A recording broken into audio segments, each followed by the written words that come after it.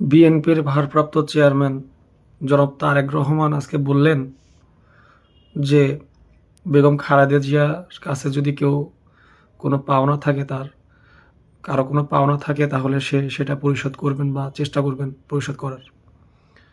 তো আমি ভারপ্রাপ্ত চেয়ারম্যানকে বলতে চাই, দেখেন, আমি কোনো রাজনীতি করি না, আমি ব্যক্তিগতভাবে কোনো দলের সাথে যুক্ত না, কিন্তু আমার একটা অনুভূতি আছে। আমি ছোটবেলায় যখন বিএনপি সরকার ক্ষমতায় ছিল, তখন আমরা যখন এই বিজয় দিবস, স্বাধীনতা দিবস আসতো, দেশের প্রতি আমাদের ভালোবাসা অনেক গুণ বেড়ে যেত।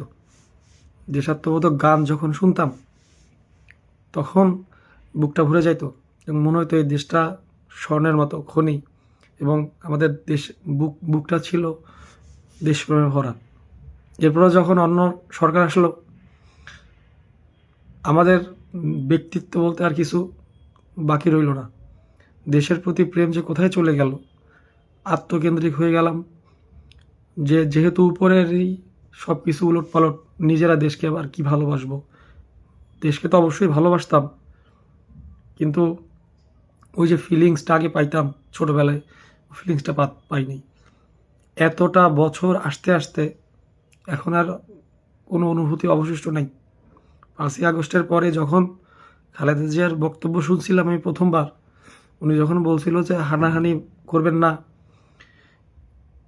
তারপরে মানে মাফ করে দিয়েছিলেন সবাইকে, তখন ওই যে ছোটবেলার যে অনুভূতিটা, মানে ওই গান শুনলে ছোটবেলায় দেশপ্রেম, দেশাত্মবোধক গান শুনলে যখন আমাদের মনটা ভরে উঠতো, ওই যে দেশপ্রেম অনুভব করছিলাম। তো আমি ভাবছিলাম যে এবার নির্বাচনের পরে কি হয়তো আবারও প্রধানমন্ত্রী হবেন, আবারও একটা স্বাধীনতা দিবস বা বিজয় দিবস আসবে এবং ওই গানগুলো বাজবে, আর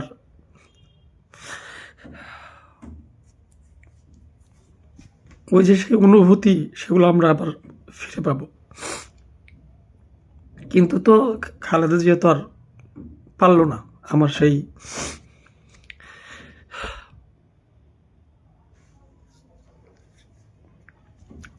আমার দাবি হইল যে আমার ওই অনুভূতি লাগবে, মানে দেশপ্রেমের যে সেই আগের অনুভূতি। আমি তো আর কাউকে বিশ্বাস করতে পারি না। খালেদা জিয়াকে যেমন বিশ্বাস করতে পারতাম, আমি কি আপনাকে বিশ্বাস করতে পারবো? আমার পাওনা আপনি কি ফিরে দিতে পারবেন? তাহলে আমার পাওনা আছে একটা সুন্দর দেশ, সেই অনুভূতি, দেশপ্রেম, সেই যে ছোটবেলায় সেই ফিলিংস যেটা ছিল। আপনাদের সবচেয়ে বড় দুর্বলতা, আপনারা এই 1.5 বছর পিছাইলেন নির্বাচন, এত বড় একটা দল হয়ে নির্বাচন আদায় করতে পারলেন না। আপনাদের সব জায়গায় দুর্বলতা। তিনি যদি একদিনও প্রধানমন্ত্রী হয়ে যেতে পারতেন, শেষ বয়সে কষ্ট করে গেলেন। তো আপনারা কি করবেন? একটা নেত্রী, একটা মানুষ, আমার তো নেতৃত্ব আপনাদের, আমি তো কোনো দল করি না। তো উনি যে শেষ বয়সে যে কষ্টই করে গেল, সুখ পাই গেল না, এবং আমাদেরও দুঃখী করে গেল। আমাদের হৃদয়ের আজকে ভাঙা। আপনি কি করবেন? আপনি কি, তো আমার দাবি হইল এটা যে আমার যে না পাওয়া, খালেদা জিয়ার কাছে আমার অনেক দাবি আছে। উনি ঋণমুক্ত না, এগুলো দিবে কে? এগুলি আপনি দিবেন? আমি আপনার কাছে তাহলে এগুলোই চাই, আমি অনুভূতি চাই।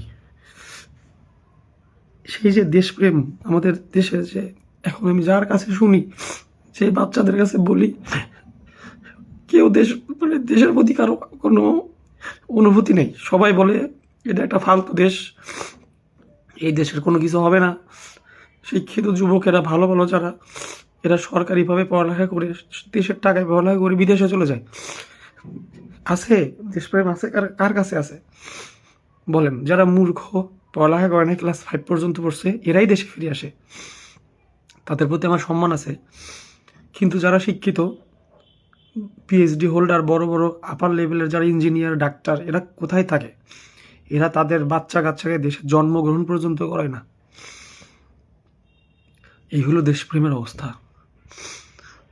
তো এখন একটা দেশ, যে দেশের যারা লুজার তারাই দেশে থাকে, আর যারা মেধা নিয়ে এই দেশের সম্পদ, টাকা পয়সা, হাজার হাজার কোটি টাকা এদের পেছনে, এই যে এলিটদের পেছনে খরচ করা হয়, এই যে ইউনিভার্সিটিগুলোর পিছনে আপনারা সরকার আমাদের টাকা খরচ করেন, এই বাচ্চারা এই যে স্টুডেন্টরা এরা যায় কই?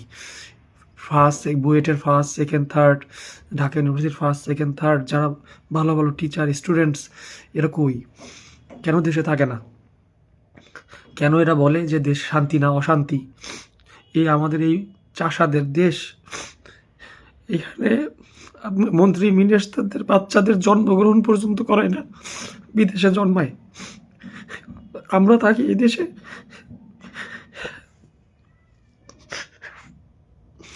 আমি কেন চিন্তা করব যে আমার যদি বাচ্চা হয় সেটা আরেকটা দেশে জন্মগ্রহণ করুক?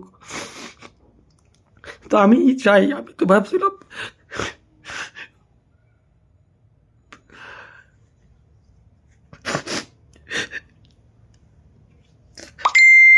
খালেদা জিয়া যদি প্রধানমন্ত্রী হয়, সে আমার যে সে অনুভূতি সেগুলো আবার ব্যাক করবে, সেটা তো আমি পাই নাই। তো আমি ভারপ্রাপ্ত চেয়ারম্যান,